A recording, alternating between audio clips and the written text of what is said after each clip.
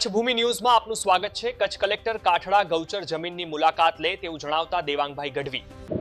જે ગૌમાતા પરેશભાઈ છેલ્લા 2-2.5 વર્ષ થયા જે કાઠડા ગામની ગૌચર ભૂમિ એ સ્ટીપની અંદર જાય છે, એના માટે સતત અમારો 2-2.5 વર્ષથી અમે ગામ લોકો સમગ્ર ગામ લોકો ભેગા થઈ અને સતત અમે વિરોધ કરતા આવ્યા છીએ।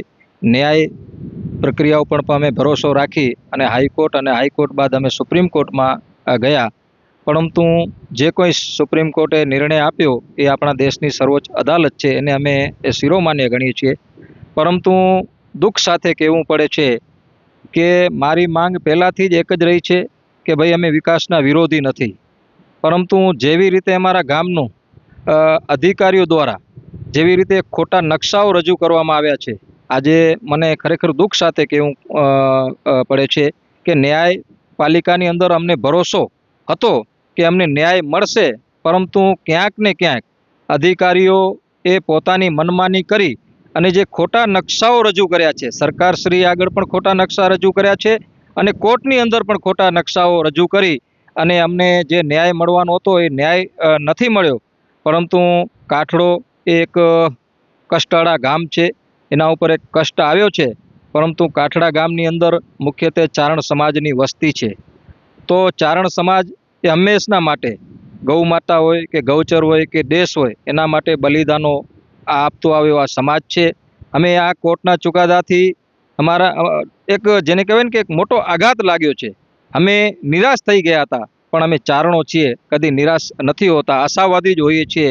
આશા રાખીએ છીએ માં જગદંબા ઉપર અને તમામ ગ્રામજનો ઉપર કે ભાઈ આની અંદર ફરીથી ફેર વિચારણા કરવામાં આવે।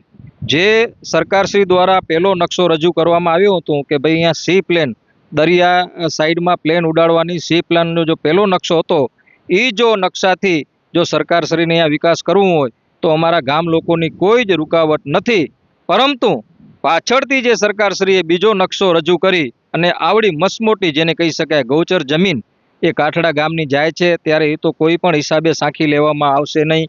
કારણ કે આજે હું એક પ્રતિનિધિ નહીં પણ એક ગામનો સેવક, એક ગામના દીકરા તરીકે કહું છું કે અહીંયાની સ્થાનિક જેટલા પણ અત્યારે જે સત્તાધારી પાર્ટી છે એના સ્થાનિક બધાઓથી મારી વાતચીત થઈ છે કે ભાઈ તમે આની અંદર આવો। આ એક મોટો પ્રશ્ન છે, કારણ કે કાઠડો જે ઇતિહાસ છે 700 વર્ષનો ઇતિહાસ, જ્યાંથી ગામનો તોરણ બંધાણો છે ત્યારથી ગામનો જે રસ્તો છે, મુખ્ય પ્રવાસ દ્વાર છે, એ પણ જો બંધ થઈ જતું હોય અને દિશા જો બદલાવી નાખવામાં આવતી હોય તો એ તો સાંખી લેવામાં આવશે નહીં।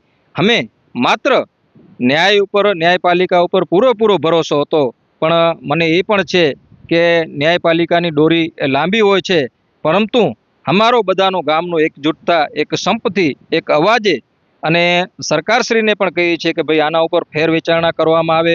અહીંયા માનવ વસવાટ પણ છે, ઘણા વર્ષોથી 100 વર્ષ થયા અહીંયા વિચારા ઘણા પરિવારો અહીંયા રહે છે, એને પણ કોઈ નજરઅંદાજ કરી અને કેવી રીતનો નકશો રજૂ કર્યો છે એ પરેશભાઈ ખરેખર દુઃખની વાત છે। ગાય માતા અને ગૌચર હશે તો મિત્રો દેશ સુરક્ષિત હશે, ગામ સુરક્ષિત હશે। અમારા ગામની અંદર આ જ વિસ્તારમાં 1400 થી 1500 પશુધનનો નિભાવ આ વિસ્તારની અંદર તમે આ જોઈ શકો છો। આ સંપૂર્ણ ગૌચર ભૂમિ છે।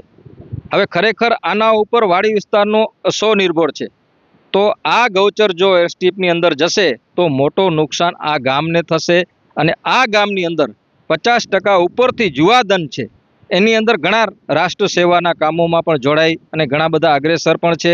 તો મારી ફરીથી કચ્છના તમામ નેતાગીરી, હમણાં જ અમારા આઈમાનો પ્રાગટ્ય દિવસ હતો, સોનલમાનો જન્મ મહોત્સવ, ત્યારે કચ્છનું પ્રતિનિધિત્વ કરતા ભાઈ શ્રી સંસદ વિનોદભાઈ ચાવડા સાહેબ આગળ પણ અમે રજૂઆત કરી કે ભાઈ કલેક્ટરને આપ સ્થાને તેડી આવો। અહીંયા સ્થાનિક જો કલેક્ટર સાહેબ આવશે તો એને ખ્યાલ આવશે કે ના આ લોકોની રજૂઆત સાચી છે। માંડવીના પ્રજાવત્સલ્ય ધારાસભ્યશ્રીને પણ અમે કીધો છે કે ભાઈ કલેક્ટર સાહેબને કહો કે અહીંયા કાઠડા ગામની ગૌચર ભૂમિ ઉપર આવે। અમારી માંગ એક જ છે કે આ જે અધિકારીઓ છે એને સ્થાનિક ગામની અંદર તેડી આવે, ગૌચર ભૂમિ ઉપર આવે। અમે કોઈ જ એ લોકોની જે કંઈ રજૂઆત હશે અમે સાંભળવા એકદમ શિસ્તતાથી સાંભળવા તૈયાર છીએ। અમે ચારણો છીએ, કોઈ ઉગ્રતાથી કે નહીં, પણ અમારી જે તકલીફો છે, જેવી રીતે નકશો બનાવવામાં આવ્યો છે એ ગામની વચ્ચે વચ્ચે આવે અને કલેક્ટર સાહેબ એ નકશો કેવી રીતે બનાવ્યો છે, કોણ બનાવ્યો છે એની ફેર વેચારણા કરે એના માટે હું એક અપીલ કરું છું. મુદ્દાને લઈને અત્યારે તો જ્યાં જઈએ ત્યાં એક જ વાત થાય છે, નારાજગી. જે સુપ્રીમ કોર્ટનો ચુકાદો આવ્યો એના પછી કોઈ વડીલો હોય, માતાઓ બહેનો હોય કે યુવા વર્ગ હોય, એક જ વાત કરે છે કે કોઈ પણ હિસાબે આપણી ગૌચર બચવી જોઈએ. ગમે એ થાય આપણી ગૌચર બચવી જોઈએ. એના માટે કોઈ પણ ગામની અંદર આવો અસભ્ય ઘટના ન ઘટે એના માટે એક સેવક બની અને અમે તમામ તંત્રને પણ અપીલ કરી છે કે ભાઈ આનું કંઈક જલ્દી નિરાકરણ કરો, સ્થળ ઉપર આવો. આજે નારાજગી ખાલી કાઠડા ગામમાં નથી, આજુબાજુના પંથક પણ અમને ફૂલ સાથ સરકાર આપે છે. ત્યાં પણ નારાજગી છે.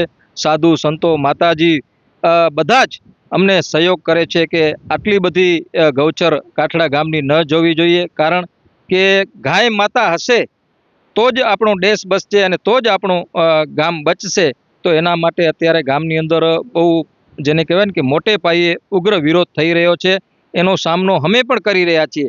ત્યારે ખાસ તમારા ન્યૂઝના માધ્યમથી હું કલેક્ટર સાહેબને આહવાન કરું છું કે સાહેબ જેમ બને એમ જલ્દી તમે કાઠડા ગામની ગૌચર મુલાકાત ઉપર એક વિઝિટ કરો, એક ગ્રામ સભા બોલાવો. તમે અમે એમ નથી કહેતા કે ચુકાદાથી અમે છીએ કે કોર્ટ વિરોધ કે ક્યાં તમારા કાનૂન હાથમાં નથી લેતા, પણ એક ખાસ મારી અપીલ છે કે કલેક્ટર સાહેબ અને મામલેદાર સાહેબ અહીંયા કાઠડાની ગૌચર ભૂમિ ઉપર આવે અને એક ગ્રામ સભા બોલાવે અને આખા ગામની આપણે ગૌચર ને આપણે જ્યાં છે ત્યાં સાહેબને ફરાવી અને બતાડીએ કે કેટલા તળાવો આવેલા છે, કેટલી ધાર્મિક જગ્યાઓ છે, કેટલા વર્ષોથી 100 વર્ષથી રહેલા રેસિડેન્ટ મકાનો પણ છે. તો એ લોકોનું શું? તો એક નારાજગી છે, એ નારાજગી પણ દૂર કરવા માટે એક આપણે કલેક્ટર સાહેબને આહવાન કરીએ છીએ અને કચ્છના સત્તાધારી પાર્ટીના તમામ આગેવાનોને પણ ખાસ મારી એક અપીલ છે કે આપ કાઠડો ગામ હર હંમેશ એક રાષ્ટ્રીય વિચારધારા વાળી પાર્ટી સાથે જોડાયેલો ગામ છે અને રહ્યો છે. તો આપ આગળ પણ અમે એક આશા રાખીએ છીએ કે આ મારી ગૌચર બચે એની અંદર આપ પણ તન મન ધનથી જોડાઓ.